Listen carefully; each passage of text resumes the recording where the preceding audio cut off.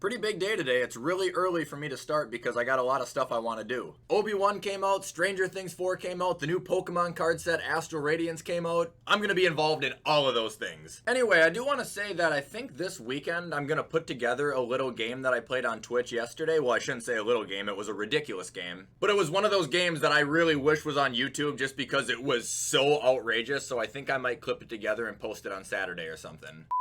Anyway, what is going on, guys? Welcome back to another video and happy Friday. Today's video we are going to be returning to, predicting the stats, and we are going to do running backs. However, I had to switch it a little bit. Quarterbacks I did throwing touchdowns. Wide receivers I think I did receiving yards. Running backs I could have done yards or touchdowns, but they're a little bit tricky. So how I have it set up is if they're going to go over or under 900 rushing yards. I think that's a fair number. The tier list I got seems to be pretty up to date. I think we actually have everybody, including the rookies who are going to be, starting. So we shouldn't have any issues with that. One quick thing before we hop into the video, head over to gfuel.com, use code WyattzWorld, save yourself a discount on any G Fuel products. All right, let's hop into it.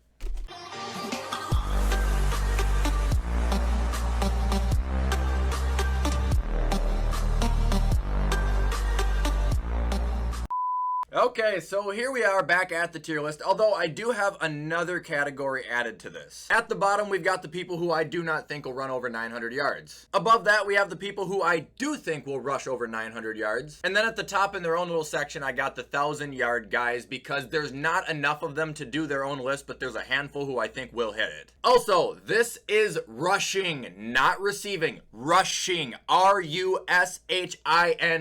So if I see one comment saying, oh, he should be higher, he receives more yards. No! So starting off the list, we've got Alvin Kamara. I know he wasn't 100%. I know his team wasn't 100%. He will absolutely by no means hit 1,000. He could hit 900, but I don't expect him to. It's not a knock on Kamara. I'm expecting him to rush for like 850 and probably receive for another 600-700. But like I said, that's not incorporated. Moving on, we got James Conner. He won't hit 900, not even close. Well, I shouldn't say that. I mean, he definitely could, but last year he was a touchdown machine, which was great, but that was essentially it. Now, I wouldn't be shocked if they used him a little bit more in the first 6 weeks, when they're missing DeAndre Hopkins, but after that, he'll probably settle down and transition into more of what he was last year. I'm guessing he'll finish around 800. Moving on, we got Josh Jacobs. He'll hit 900. He won't hit 1,000. I don't think he hit 1,000 last year either because he was hurt, but this upcoming season, they're going to have Davante Adams. They're going to be a lot more of a passing offense than they are a rushing. I don't think Jacobs is going to hit 1,000, but he's still going to have a good year. All right, up next, we've got Devin Singletary. No. Mid to 800s at best for him. He's got James Cook to work alongside with, and on top of that, you're on the Buffalo Bills, who is not a run-heavy team at all. I don't expect Devin Singletary to pop off 900 or 1,000 yards this year. Absolutely not. Up next, we got Ronald Jones. No, don't care what he rushes for either. It won't even be close. That would bring us to Melvin Gordon. Part of me still wants to say he's going to hit 900, but deep down, I don't see it happening with Melvin Gordon. I see 8s. And that's not because of his talent, it's because of this man right here. Up next, we've got Naji Harris. He's going above 1,000. What's the first thing you do when you have a quarterback who's not familiar? What do you do when you have a quarterback who can't complete passes? What do you do a lot of when you have a rookie quarterback? You run the fucking ball.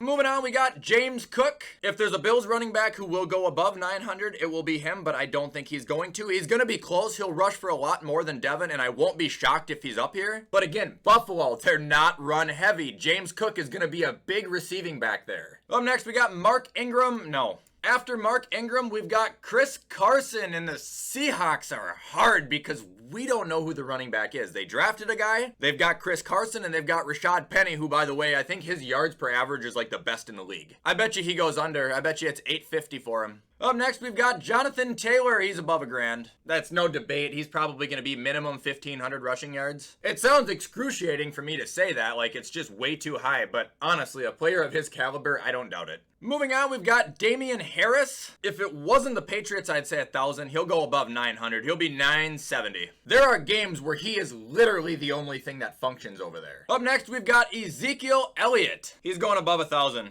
Not because I'm a Zeke fanboy, not because I support the Cowboys. They They paid him money. They are going to run the legs off of him. They're going to do what they did last year. They're going to do what they did the year before. They're going to do what they did the year before. What was his deal? Like 6 years, 90 million or something crazy? Up next, we've got Miles Sanders. No. Up next, we've got DeAndre Swift. No. He's going to catch a lot, but that's not going to help him here. I think he's going to run for 700-800 yards. Up next, we've got Tony P. No, because of Zeke. If Zeke wasn't there and he was the number one, he would be well above 1,000. He would probably easily be top 10. Guy is lightning quick, dude. He is insane to watch out there. But he's not going to get a lot of carries, sadly. Moving on, we got Joe the Show Mixon. He's above $1,000. He might run for 4,742 yards for all I know. He's God. I love him. Mixon is going to be just fine. Following Joe Mixon, that would bring us to Leonard Fullback. Can't believe I'm doing this, but I think he'll break 900. He hasn't done it in a while, but I think Ronald Jones's role is decreasing. Actually, I don't even know if he's on the Bucs anymore. But with that being said, Leonard Fournette has just been getting better over these years while working with Tom Brady. I'm expecting him to get an expanded workload. He should have a career rushing high on the Buccaneers for sure. Moving on, we got Marlon Mack. Oh, I've been following this guy since South Florida. Seriously, it's been a long time, but he is an injury bust. Love you, Marlon, but you're not going to stay healthy, man. Following Marlon Mack, we got Chase Edmunds. No. There is beyond a running back committee in Miami right now. There is a running back village. Up next, we got Dalvin Cook.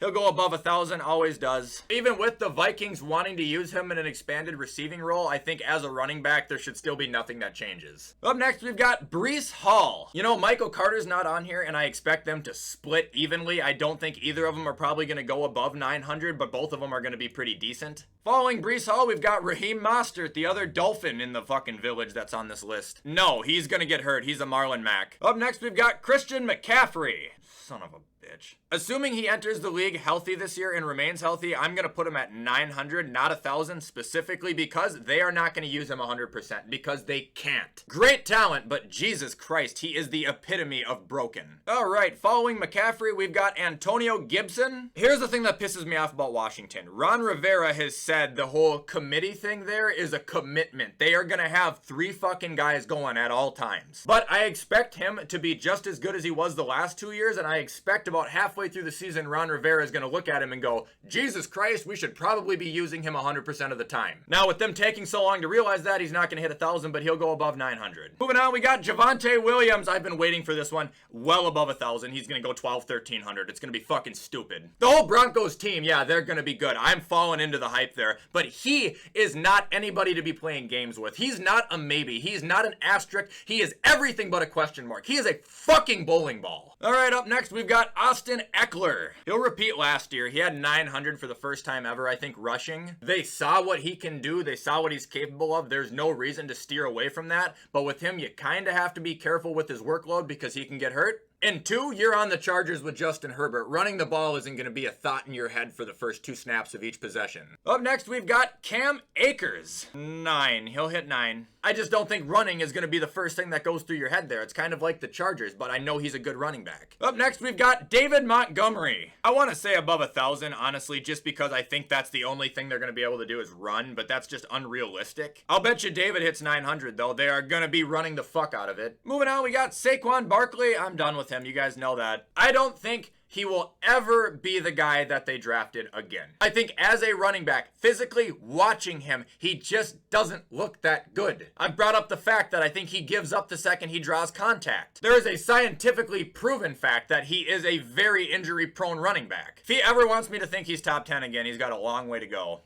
Moving on, we got A.J. Dillon. What do we do here? I'm going to put both the Green Bay running backs right beside each other, and we're going to do them at the same time. One of these two is going to have an exceptional year because Green Bay doesn't have Adams anymore. They're going to be running the ball a little bit more if you're asking me. I'm going to go ahead and say A.J. Dillon has a breakout year. Not that last year wasn't, but he's going to have a really good rushing season, and Aaron Jones is going to have a very good season, but he's going to be more of a receiving back. Up next, we've got Elijah Mitchell. If he wasn't playing against the Rams and then the Cardinals line twice a year, I would put him in 1,000. I'm not kidding you. He's going to go above 900 again. He is really, really good, but I think his division for a running back is kind of brutal. Personally, I think he is the best running back I've seen on San Francisco in a long time. Up next, we've got J.K. Dobbins. Not 900, he'll be really close though. 1, you got Lamar Jackson. He is gonna be taking the ball a lot himself. 2, you got Gus Edwards, this beast right here who they're not gonna ignore anymore. Statistically, he has been one of the most productive running backs in football. If you go and look at his numbers and actually break it down. Seriously, look, this is Gus Edwards. Like, he is not bad. If he had a starting job, I mean, this is on pace to have Nick Chubb numbers. So no, I don't think Dobbins is gonna hit 900. Up next, we've got Nahim Heinz. He won't hit 900 either. He's a very good utility running back, but he's not the number one. Following Nahim Heinz, we've got Darrell Henderson, who if Cam Akers wasn't here, he'd be a 900 guy for sure. But he's not the number one. His carries are gonna drop. His production is clearly gonna drop. Following Darrell Henderson, we've got James Robinson. He'll hit 1,000.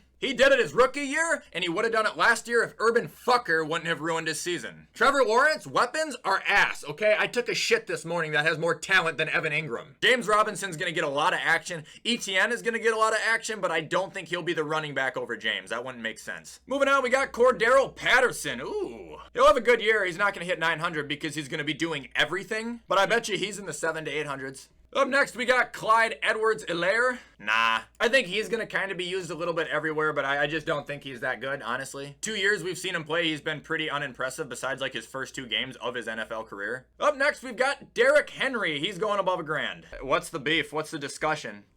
And that would bring us to Gus the Bus Edwards, who I don't think will hit 900 either. Pretty much the same exact thing I said about Dobbins, other than the fact that he's not going to be competing with Gus Edwards because he is Gus Edwards, but he's got Lamar and another running back. Following Gus, we got a guy that I'm not going to lie, I don't know by the face, and I'm just going to say no. That would bring us to Rashad Penny. Don't really expect him to go above 9 either because I think it's a committee there in Seattle, and they have a rookie that they're going to supposedly use. I think I mentioned him with Carson. Maybe this is the rookie, I don't know, but I don't think that Rashad Penny is going to go above 900. Following Rashad Penny, we've got ETN.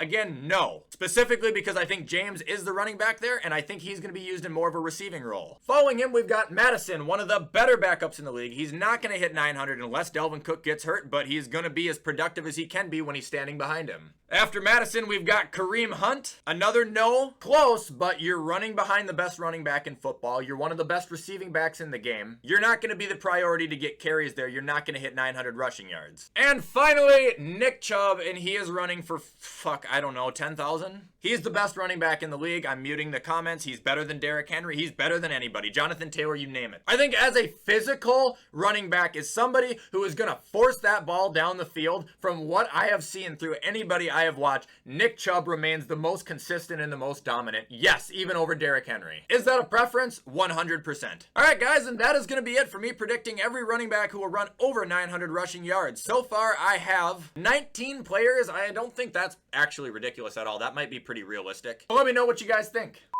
Anyway, as you could probably tell, that is where I'm going to end the video for today. I hope you guys have a fantastic weekend, and if you did enjoy this video, you know what to do to show support. With everything I just said, though, I'm going to hop off and get this edited so you all can watch it on time. I hope you have a great weekend, and as always, I will see you the next time I upload.